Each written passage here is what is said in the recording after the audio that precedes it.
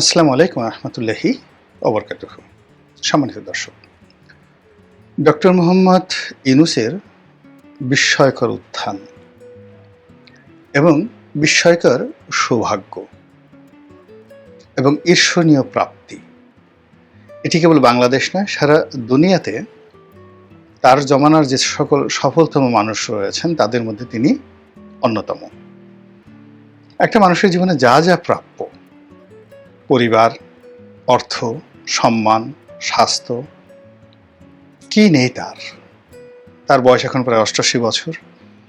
এ বয়সে তিনি একেবারে ৪০ বছরের তাগড়া যুবকের মতো পৃথিবী ঘুরে বেড়াচ্ছেন। এখনও বলতে গেলে তার চশমা ছাড়াই তিনি চলাফেরা করেন, কথা বলেন, ইন্টারভিউ দেন, চোখে চশমা পরেন না, বাক্য হারিয়ে যায় না। কৌশল অবলম্বন করতে পারেন কথা বলতে গিয়ে। মুখের অভিব্যক্তি, অর্থাৎ তার যে রাগ, ক্রোধ, প্রেম, ভালোবাসা, এটা তিনি নিয়ন্ত্রণ করতে পারেন এই বয়সে।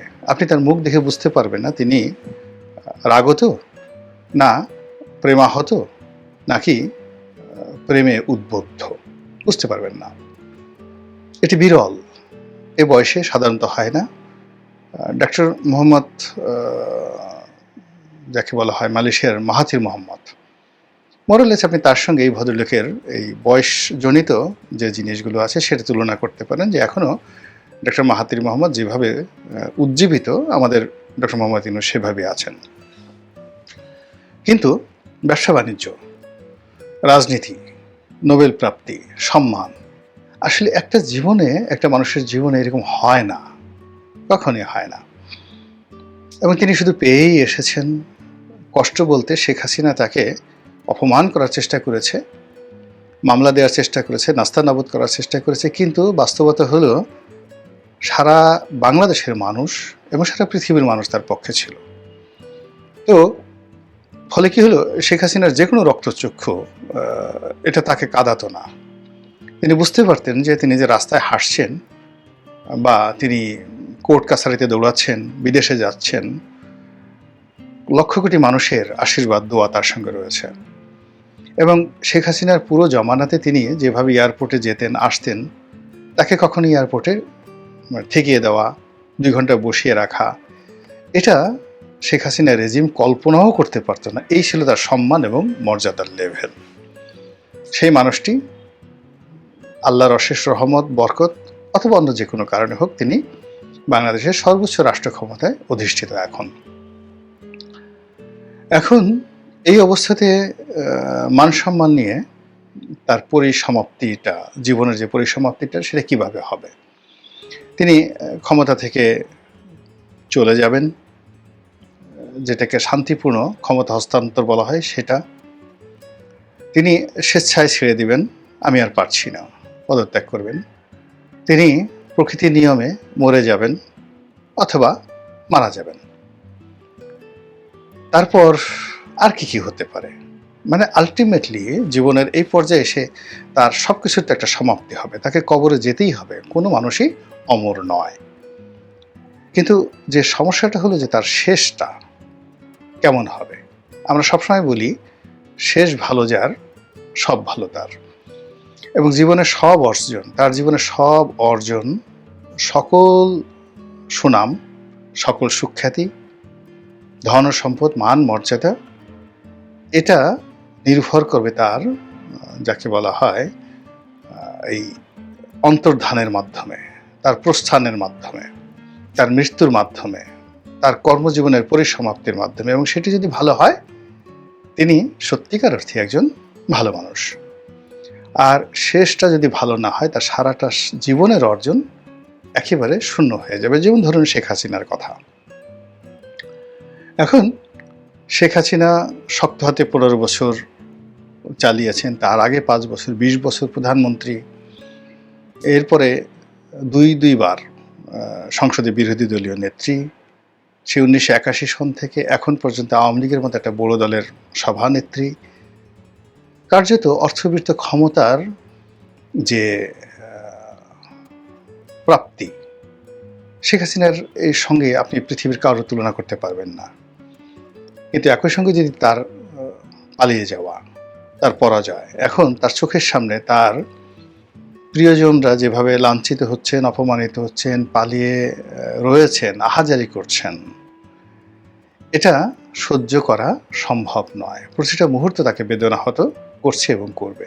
এটা জীবনের একটা বিরাট পরাজয়, এবং এই পর্যায়ে এখান থেকে ঘুরে দাঁড়ানো ঘটেনি, মানবজাতির ইতিহাসে কখনো ঘটেনি। শেখ হাসিনার বয়স প্রায় ৮০ বছর। ফলে বড় একটা বটবৃক্ষ যদি উপড়ে যায়, পড়ে যায়, ওটা আর পুনরায় বপন করা যায় না। ফলে কি হলো, শেখ হাসিনার যত অর্জন, যত সুনাম, দেখুন তার সেই যে পতনের মধ্য দিয়ে সেটা তার শেষ হয়ে গেল। একইভাবে আর অনেক ইতিহাসে বিখ্যাত বিখ্যাত ঘটনা রয়েছে। ফলে ডক্টর মোহাম্মদ ইউনূসের এতকালের যে অর্জন, তার ৮৮ বছরের জীবনের যে অর্জন, সে অর্জনটা এখন নির্ভর করছে তার পরিসমাপ্তিটা কিভাবে হবে, পতন দিয়ে নাকি শান্তিপূর্ণভাবে আরও কোনো সফলতা দিয়ে তার জীবনের পরিসমাপ্তি হবে। গত 10 মাসে তার জীবনে যা কিছু ঘটেছে, এটা যদি তার অতীতের সফলতা ধরেন, আমার এখনো মনে আছে তিনি যেদিন নোবেল পুরস্কার পেলেন, সেদিন সারা বাংলাদেশ নেচেছিল, পশ্চিমবঙ্গ নেচেছিল, এশিয়া নেচেছিল, তার সঙ্গে সঙ্গে ওনার যারা বিশ্ব নন্দিত বন্ধুবান্ধব আছে তারাও নেচেছিল।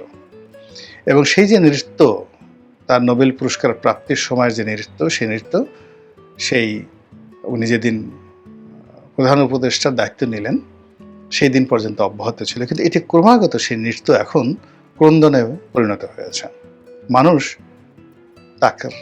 তাকে সমালোচনা করছে, গালাগাল দিচ্ছে, তাকে নিয়ে ট্রল করছে, আজে বাজে কথা বলছে, অথচ এটা হওয়ার কথা ছিল না। এটা কেন হলো, কিভাবে হলো, এটা উনি ভালো জানবেন। আমি শুধু এখানে প্রকৃতির একটা স্বাভাবিক নিয়ম আপনাদেরকে বলি। আমরা যে মানুষ মারা যাওয়ার পরে লাশ কবরে রাখে, সে সময় একটা দোয়া আমরা পড়ি। সেই দোয়াতে আমরা কি বলি?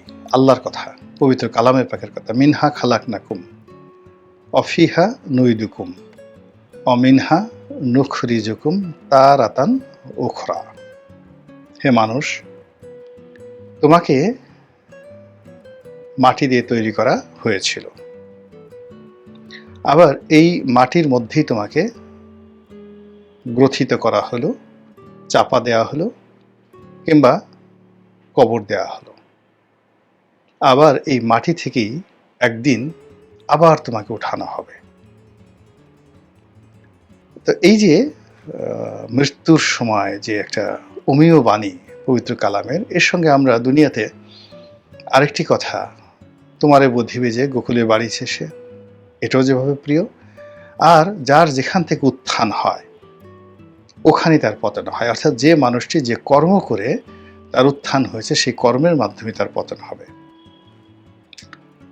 অতীতে আপনি দেখেন বঙ্গবন্ধু, রাজনীতি দিয়ে তার উত্থান, সেই রাজনীতির কারণেই তার পতন হয়েছে। জিয়াউর রহমানের কথা চিন্তা করেন, যে সামরিক বাহিনীর সাহায্য নিয়ে, সমর্থন নিয়ে তার উত্থান, সেই সামরিক বাহিনীর হাতে তার মৃত্যু হয়েছে।